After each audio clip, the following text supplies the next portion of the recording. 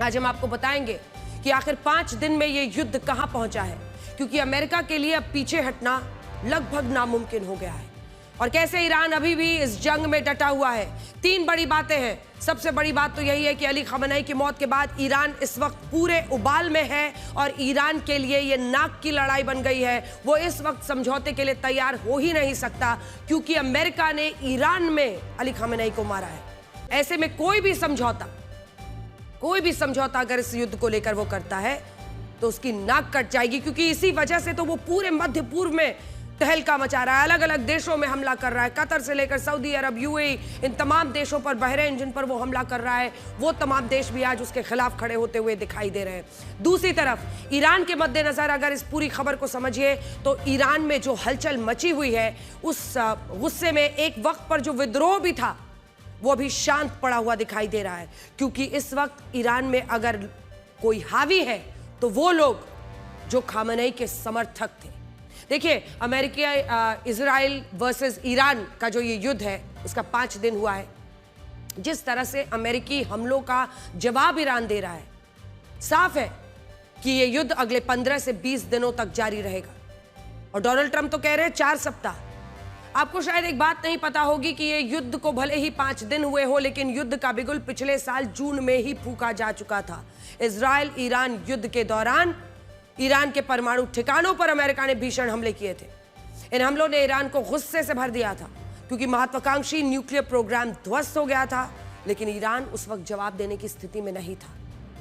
उसे सांकेतिक तौर पर कतर के अल उदैद पर मिसाइल हमला किया था, लेकिन सच यह है कि उस दिन वो मन महसूस कर रह गया था।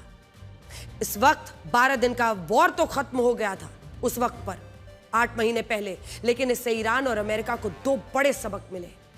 ईरान को सबक मिल गया था कि अमेरिका इजराइल के कहने पर उस पर बड़े हमले कर सकता है, और अमेरिका को सबक यह मिला कि ईरान उनके सैन्य बेस पर हमले कर सकता है और वो ये हमले करने से पीछे नहीं हटेगा। उस दिन से लेकर 28 फरवरी तक, यानी लगभग 8 महीने बाद, अमेरिका और इजराइल ईरान की मिसाइल क्षमताओं को भांप चुके थे। उन्हें पता था कि अगर ईरान को परमाणु बम बनाने से रोक भी लिया गया तो भी इजराइल और मिडिल ईस्ट के अमेरिकी दोस्त ईरान के हमलों से बच नहीं पाएंगे। बस इसी सोच के साथ ईरान को अस्थिर करने, खamenei को विलेन बनाने और लंबे युद्ध के लिए खुद को तैयार करने की रणनीति पर काम शुरू हो गया था। ईरान आर्थिक रूप से कमजोर है। उसके दुश्मन देशों ने इसी का फायदा उठाया। ईरान में जेनजी आंदोलन शुरू हुआ, जिसका कारण था महंगाई, बेरोजगारी और ईरानी करेंसी का कमजोर होना, और वो कट्टर शासन जो अली खamenei वहां पर चलाते थे। ईरान का आरोप था कि इस आंदोलन को इजराइल और अमेरिका संचालित कर रहे हैं, मदद कर रहे हैं। आपने देखा होगा कि अमेरिका और इजराइल ने ईरान में हो रहे आंदोलन को खूब समर्थन दिया। और सोचिए ना, नेतन्याहू ने तो वहां पर नेशनल टीवी को हैक कर लिया मोसाद ने, और उनका मैसेज चला कि ईरानियों सड़क पर निकलो, ईरान के लोगों अपने रिजीम को चेंज करो, कट्टर शासक को खत्म करो। और अभी भी वो यही कह रहे हैं कि ईरान की जनता सड़कों पर निकले। ईरान सत्ता परिवर्तन अगर करेगा तो आम जनता की मंशा से करेगा, क्योंकि इस बार फुट सोल्जर्स ना इजराइल के ना अमेरिका के ईरान पहुंच रहे हैं। ईरान के इस्लामिक कट्टरपंथी शासन को कुचलने को लेकर अमेरिकी राष्ट्रपति डोनाल्ड ट्रंप ने तो यहां तक कहा कि अगर ईरान ने आंदोलनकारियों को फांसी दी तो अमेरिकी उन पर हमला करने से पीछे नहीं हटेगा। ईरान ने आंदोलनकारियों पर गोलियां चलवा दी। अब यह मौका अमेरिका और इजराइल दोनों कतई नहीं छोड़ना चाहेंगे। ईरान के सुप्रीम लीडर के खिलाफ एक बड़ा ऑपरेशन चलाने की अब 3 वजहें दुनिया के सामने लाई गई। पहला, ईरान का न्यूक्लियर प्रोग्राम। दूसरी वजह लाई गई, ईरान के आंदोलनकारियों पर गोलियां चलवाना, इसलिए हमला कर रहे हैं। तीसरा, ईरान का ताकतवर मिसाइल प्रोग्राम, जिसकी पहुंच इजराइल तक थी। इन तीनों वजहों को हमला ना करने के शर्त के तौर पर पेश किया जाता रहा, हमला करने के शर्त के तौर पर पेश किया जाता रहा, ताकि दुनिया के लोग, उनको यही लगे कि अमेरिका बातचीत के जरिए मामला सुलझाना चाहता है, लेकिन ईरान अपनी मिसाइल क्षमता को खत्म नहीं करना चाहता था। इसी वजह से अमेरिका और इजराइल को उस पर हमले का बहाना मिला। इजराइल ने बिना मौका चूके अली खamenei के ठिकानों पर अचानक हमला किया, और इसी हमले में खamenei की मौत हो गई। Over the past 36 hours, the United States and its partners have launched Operation Epic Fury, one of the largest, most complex, most overwhelming military offensives the world has ever seen. Nobody's seen anything like it. We have hit hundreds of targets in Iran, including Revolutionary Guard facilities, Iranian air defense systems. Just now it was announced that we knocked out 9 ships plus their naval building, all in a matter of literally minutes. Iran's formerly supreme leader, Ayatollah Khamenei, is dead. This wretched and vile man had the blood of hundreds and even thousands of Americans on his hands and was responsible for the slaughter of countless thousands of innocent people all across many countries. अमेरिकी और Israel, उनको पहले से मालूम था कि supreme leader के मरने के बाद ईरान वही करेगा जैसा पिछली बार किया। ईरान ने इजराइल और मिडिल ईस्ट में मौजूद अमेरिकी सैन्य बेसेस पर हमले करने शुरू कर दिए। ईरान ने वही किया जिसकी संभावना थी, जिसकी आशंका थी, और यहां से अमेरिका और इजराइल को पूरे ईरान में हमले करने का मौका मिल गया। अब यह युद्ध कितने दिन चलेगा, यह आज 5वें दिन भी कहना मुश्किल है, लेकिन लंबा चलेगा यह तय है। ऐसे में अब एक सवाल यह है कि इस युद्ध से अमेरिका और इजराइल को क्या हासिल हुआ। अगर हम इजराइल की बात करें तो अब तक के युद्ध से ऐसा लगता है कि वो इस युद्ध में सबसे ज्यादा फायदे में है।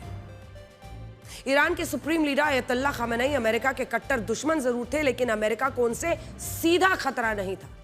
अगर किसी देश को ईरान से सबसे ज्यादा खतरा था तो वो देश था इजराइल। अयतुल्लाह अली खामेनी कई बार कह चुके थे कि वो दुनिया के नक्शे से इजराइल को हमेशा के लिए मिटा देना चाहते हैं, और ईरान के हमलों के बाद दुनिया में इजराइल नाम का कोई देश नहीं बचेगा। इसीलिए ईरान पर हमला और अयतुल्लाह खामेनी का मारा जाना अमेरिका से ज्यादा इजराइल की जीत है। ईरान ने गाजा में हमास, लेबनान में हिजबुल्लाह और यमन में हूती जैसे प्रॉक्सी संगठनों को खड़ा कर दिया है। इसे वो एक्सिस ऑफ रेजिस्टेंस कहता है। इसमें इराकी मिलिशिया भी शामिल है, 3H। ये वो आतंकवादी संगठन थे जिन्हें इजराइल के खिलाफ खड़ा किया गया था। इजराइल मानता है कि अली खामेनी की मौत से ईरान के ये प्रॉक्सी आतंकी संगठन कमजोर होंगे, और फायदा किसको होगा? सीधा फायदा इजराइल को मिलेगा। अमेरिका के लोग भी ईरान और उसके सुप्रीम लीडर अयतुल्लाह खामेनी से उस तरह की नफरत नहीं करते जैसी इजराइल के लोग करते हैं, और यही सबसे बड़ी वजह है कि पूरे इजराइल में जश्न मनाया जा रहा है। अली खामेनी की मौत नेतन्याहू के लिए सबसे बड़ी जीत है, उनके लिए राजनीतिक रूप से सबसे बड़ा बूस्टर डोज है, और इजराइल की जनता के लिए उस आतंकी हमले का सीधे इंतकाम है, बदला है, जो एक वक्त पर अचानक से उन पर किया गया था, और तब उनके आम लोग अपना जश्न मनाते हुए मारे गए थे। इजराइल के लोगों ने अली खामेनी की मौत का जश्न मनाया है, लेकिन अमेरिका में बसे ईरानी ही खामेनी की मौत का जश्न मना रहे हैं। मतलब जो आम अमेरिकी है, उनके लिए खामेनी इतना बड़ा दुश्मन कभी था ही नहीं, ना उन्हें सीधा कोई उनसे खतरा था। अब इसी से समझा जा सकता है कि इजराइल ने ईरान पर हमला करके अपने लोगों का भरोसा जीता है। नेतन्याहू को बहुत फायदा हुआ। फायदा तो इजराइल के प्रधानमंत्री बेंजामिन नेतन्याहू का हुआ है, जिन्हें इसी साल अक्टूबर महीने में संसदीय चुनाव लड़ने हैं, और अब इन चुनावों में उन्हें खामेनी की मौत का फायदा मिल सकता है।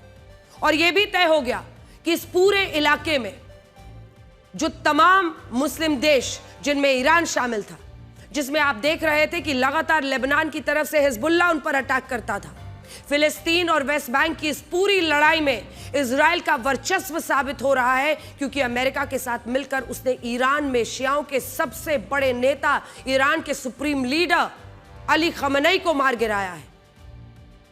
इसकी कल्पना कीजिए कि इस पूरे इलाके में इजराइल के लिए यह अपना बाहुबल दिखाने का सबसे बड़ा मोमेंट है, जिसमें वो ये जान रहा है कि अब तक उसकी गर्दन पर हाथ रखने वाले ये तमाम देश अब उसका दबदबा मानेंगे, क्योंकि उसने अयतुल्लाह खामेनी को मार दिया है। वो लगातार हिजबुल्लाह पर अटैक कर। अब सवाल यह है कि अली खामेनी की मौत से राष्ट्रपति ट्रंप को क्या हासिल हुआ? सच तो यह है कि इस युद्ध में भले ही अभी तक अमेरिका ईरान पर भारी दिख रहा हो, लेकिन इस युद्ध की वजह से ट्रंप को आलोचना का सामना करना पड़ रहा है। अभी तक दुनिया में अमेरिका की छवि एक ऐसे देश की थी जो खुद को लोकतंत्र, मानवाधिकारों और अंतर्राष्ट्रीय नियमों का सबसे बड़ा रक्षक बताता था, लेकिन अब राष्ट्रपति ट्रंप पहले वेनेजुएला और ट्रंप के कार्यकाल में अब अमेरिका की यह छवि तार तार हो रही है। राष्ट्रपति ट्रंप के सिर्फ 1 साल के कार्यकाल में अमेरिका ने 7 देशों पर हमले किए हैं। इनमें वेनेजुएला और ईरान पर हुआ हमला सबसे बड़ा है और सबसे ज्यादा चर्चा में है। यह बड़ा इसलिए है, जैसा हमने आपको बताया, क्योंकि वेनेजुएला में अमेरिका ने अपनी सेना भेजी, वहां के चुने हुए राष्ट्रपति निकोलस मादुरो और उनकी पत्नी को गिरफ्तार करवा लिया, उठाकर अमेरिका ले आए। उनके खिलाफ अब हियरिंग चल रही है, अमेरिका में सुनवाई चल रही है। लेकिन ईरान वेनेजुएला नहीं है। ईरान में ऐसा नहीं हुआ। अमेरिका ने वहां के सुप्रीम लीडर अयतुल्लाह खमेनी की हत्या तो करवा दी, लेकिन यह कहा जाता है कि अयतुल्लाह खमेनी सिर्फ एक नेता नहीं थे, वो एक विचारधारा थे। और अब तक अमेरिका पर आरोप लगते थे कि वो पर्दे के पीछे से अलग अलग देशों में सरकारें बदलवाने में भूमिका निभाता है। उसका डीप स्टेट, सत्ता, तख्ता पलट, ऐसे तमाम काम सालों साल, दशकों से कर रहा है। लेकिन अब अमेरिका की छवि एक ऐसे देश की बन गई है जो अपने विरोधी देशों में सेना की मदद से तख्ता पलट कर आता है। वो किसी देश के राष्ट्रपति को किडनैप कर लेता है, किसी देश के सुप्रीम लीडर की हत्या करवा देता है। अली खमेनी के मारे जाने से अमेरिका को 2 फायदे हैं। पहला है मिडिल ईस्ट में दबदबा बढ़ना। चाइना और रशिया के दोस्त ईरान पर हमला करके अमेरिका ने इस क्षेत्र में युद्ध का मोर्चा खोलकर अपना दबदबा बढ़ाया है। चाइना और रशिया दोनों ही देश ईरान के साथ केवल बातचीत के स्तर पर ही साथ दिखे, युद्ध के मैदान में अभी तक नहीं उतरे हैं, जबकि अमेरिका, इजराइल और कुछ नेटो देश इसमें कूद चुके हैं। अब देखिए, इस एक युद्ध से अमेरिका ने न सिर्फ स्ट्रेटेजिक रूप से चाइना पर एक दबाव बनाया है, बल्कि रशिया को भी अलग थलग साबित कर दिया है। और इसी वजह से यह युद्ध अमेरिकी सैन्य शक्ति और कूटनीतिक शक्ति को जरूर दिखाता है। इस युद्ध से अमेरिका का दूसरा फायदा, ईरान की न्यूक्लियर मिसाइल पार खत्म करना। इससे अब वो चैन की सांस लेगा। अगर ये युद्ध ना होता तो अमेरिका हमेशा इस डर में रहता कि ईरान लंबी दूरी की मिसाइल बनाकर उन पर हमले कर सकता है या चोरी छिपे न्यूक्लियर हथियार बनाकर मिडिल ईस्ट की इस्लामिक परमाणु शक्ति बन सकता है। क्योंकि अभी तक इस्लामिक देशों में अगर किसी के पास परमाणु शक्ति है तो वो अकेला देश पाकिस्तान है। अमेरिका इतना चालाक देश है कि उसने अपना दबदबा बनाने के लिए, ईरान की सैन्य शक्ति को पूरी तरह से ध्वस्त करने के लिए उन संदेशों को भी नकार दिया जिनमें यह बताया गया था कि ईरान कोई न्यूक्लियर हथियार बना ही नहीं रहा है, ना ही वो लंबी दूरी मिसाइल बना रहा है।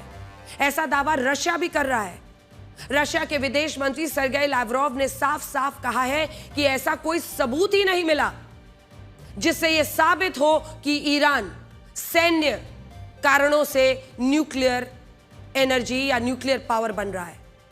अमेरिकी अखबार वॉशिंगटन पोस्ट की एक रिपोर्ट में बताया गया है कि अमेरिका की खुफिया एजेंसियां मानती थीं कि अगले 10 वर्षों तक भी ईरान अमेरिका के लिए खतरा नहीं बन पाएगा। यह बात राष्ट्रपति डोनाल्ड ट्रंप को भी बताई गई थी। यही नहीं, इंटरनेशनल एटॉमिक एनर्जी एजेंसी ने भी अमेरिका को यह बताया था कि ऐसे कोई सबूत नहीं मिले जिससे यह साबित हो कि ईरान पिछले साल हुए हवाई हमले के बाद फिर से परमाणु हथियार बना रहा हो। यानी अमेरिका की तरफ से ईरान पर न्यूक्लियर हथियार बनाने के आरोप पूरी तरह से निराधार थे। अमेरिका की डिफेंस इंटेलिजेंस एजेंसी ने अपनी एक रिपोर्ट दी और उस रिपोर्ट में उन दावों को भी खारिज कर दिया जिसमें कहा गया था कि ईरान भविष्य में ऐसी लंबी दूरी की मिसाइलें बना सकता है जो अमेरिका तक हमला करने में सक्षम होंगी। सच तो यही है कि अमेरिका के पास ईरान पर हमला करने की कोई ठोस वजह थी क्या? शायद नहीं। अब यह सवाल है कि फिर अमेरिका ने ईरान पर हमला क्यों किया? तो ईरान पर हमले के लिए इजराइल और सऊदी अरब ने लॉबिंग की। वॉशिंगटन पोस्ट का दावा है कि सऊदी अरब के क्राउन प्रिंस मोहम्मद बिन सलमान की जनवरी में राष्ट्रपति ट्रंप से 5 बार फोन पर बात हुई। इस दौरान मोहम्मद बिन सलमान ने राष्ट्रपति ट्रंप से बार बार यह कहा कि वो अयतुल्लाह खमेनी को हटाने के लिए ईरान पर हमला करे। इस दबाव के बावजूद अमेरिका के विशेष दूत स्टीव विटकॉफ और जैरेड कुशनर, जो कि ट्रंप के दामाद हैं, उन्होंने ईरान से न्यूक्लियर डील को लेकर बातचीत शुरू की। दुनिया को दिखाने के लिए सऊदी अरब ने यह कहा कि ईरान पर हमला करने के लिए अमेरिका के लड़ाकू विमानों को वो अपना हवाई क्षेत्र इस्तेमाल नहीं करने देगा, जबकि हकीकत यह थी कि सऊदी अरब अंदर ही अंदर अमेरिका पर, ईरान पर हमला करने की अपील कर रहा था।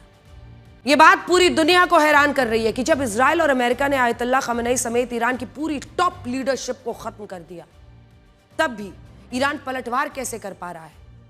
तो इसका सही जवाब यह है कि ईरान ने इन परिस्थितियों के लिए खुद को पहले से ही लगभग 4 दशकों से तैयार किया गया है। ईरान के लिए कहा जाता है कि उसके पास प्लान बी नहीं, plan C, plan D, plan E, plan F आगे तक मौजूद रहता है। फरवरी 1979 में जब ईरान में 1979 में जब ईरान में राजशाही को हटाकर अल्लाह का शासन लाया गया, तब इस इस्लामिक शासन की रक्षा करने के लिए एक फोर्स बनाई गई थी। इस फोर्स का नाम था इस्लामिक रेवोल्यूशनरी गार्ड कॉर्प्स, जिसकी स्थापना 5 मई 1979 यानी 1979 को की गई थी।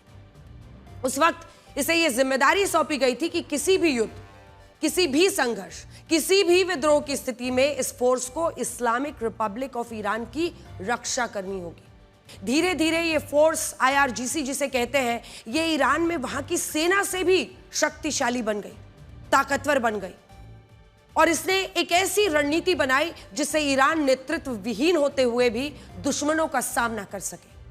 आज भी अमेरिका और इजराइल लगातार ईरान पर बारूद तो बरसा रहे हैं, लेकिन इतने हमलों के बाद भी ईरान हारा नहीं है। ईरान पूरी ताकत के साथ अपने दुश्मनों पर मिसाइलें दाग रहा है और उसे रोकना अब तक बहुत मुश्किल साबित हुआ है।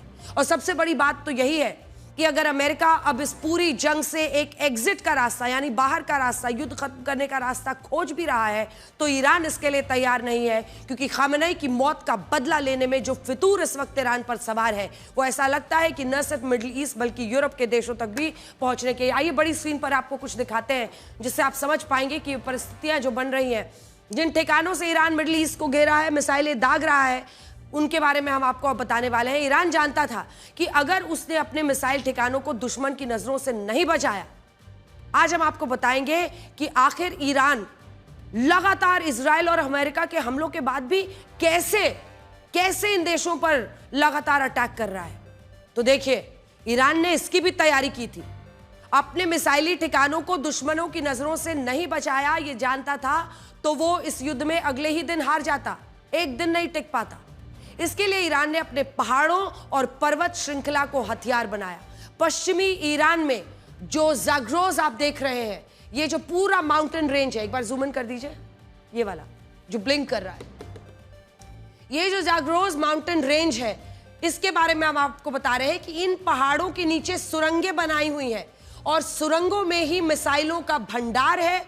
सुरंगों की सैटेलाइट ट्रैकिंग की ही नहीं जा सकती। तो ये जो ज़ाग्रोस पर्वतमाला है, वहां ईरान ने मिसाइल सिटीज बनाई हुई हैं। सोचिए, सिटीज ऑफ मिसाइल।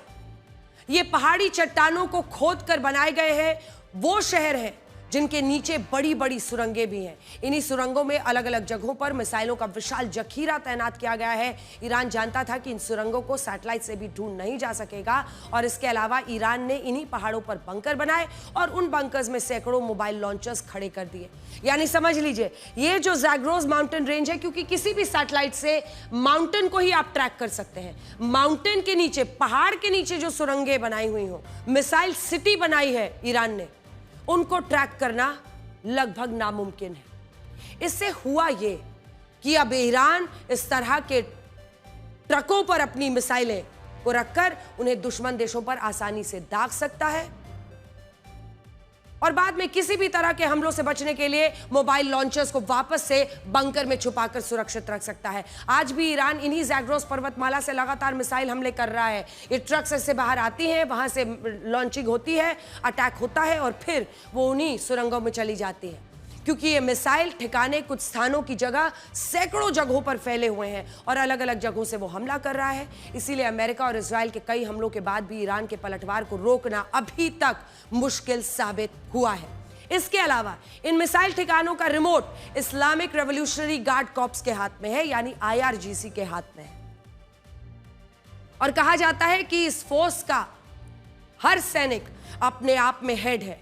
उसे किसी से आदेश की जरूरत नहीं है, बस उसे पता चल गया दुश्मन कौन है, वो अपने तरीके से उसके खिलाफ लगातार दम भर भर के अटैक करता है। अमेरिका और इजराइल इस फोर्स के सबसे बड़े नेता को तो मार सकते हैं, लेकिन वो इस पूरी फोर्स को कैसे खत्म करेंगे? इस पूरी फोर्स को खत्म करना मुश्किल है और इसीलिए कहा जाता है कि इनका हेड तो है, हेड को तो मार दिया है, लेकिन हर सैनिक यहां पर अपने नेतृत्व में फैसले ले सकता है, हमला कर सकता है, जिसमें 1 लाख से ज्यादा सैनिक हैं और यही सबसे बड़ी चुनौती बना हुआ है। 1,80,000 IRGC के जवान हैं।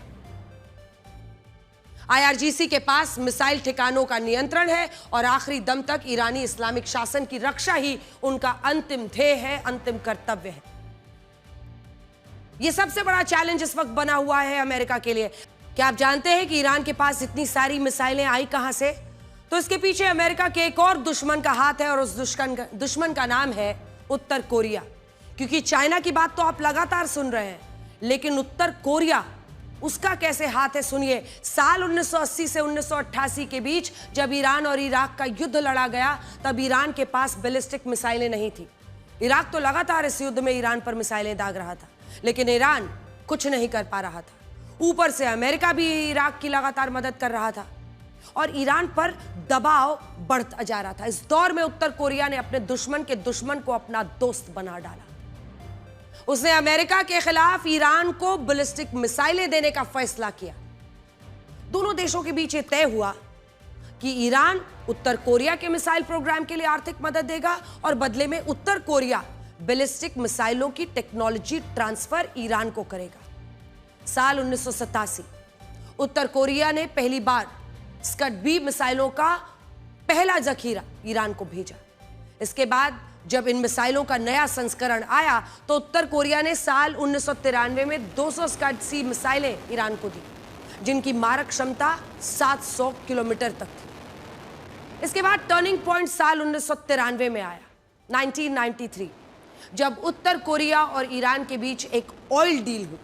इस डील के तहत ईरान उत्तर कोरिया को कच्चा तेल देने वाला था और उत्तर कोरिया ईरान को लंबी दूरी की मिसाइलें देने वाला है। जुलाई 1998 में ईरान ने पहली बार उत्तर कोरिया से खरीदी गई मीडियम रेंज की मिसाइल की परीक्षण किया, जिसे उत्तर कोरिया में नो डोंग मिसाइल कहा जाता था। यहां से ईरान पीछे नहीं मुड़ा। उसने कई खतरनाक मिसाइलें बनाई जो आज पूरे मिडिल ईस्ट और यूरोप के आधे देशों को निशाना बना सकती हैं। उत्तर कोरिया ने ईरान की मदद करके अपने दुश्मन देश अमेरिका को कड़ा संदेश दिया, तो रशिया भी इसमें पीछे नहीं रहा। अब रशिया पर आइए। रशिया ने ईरान के ऐसे 3 सैटेलाइट्स को लॉन्च किया जिनकी मदद से आज वो अपनी मिसाइलों से सटीक हमले कर पा रहा है।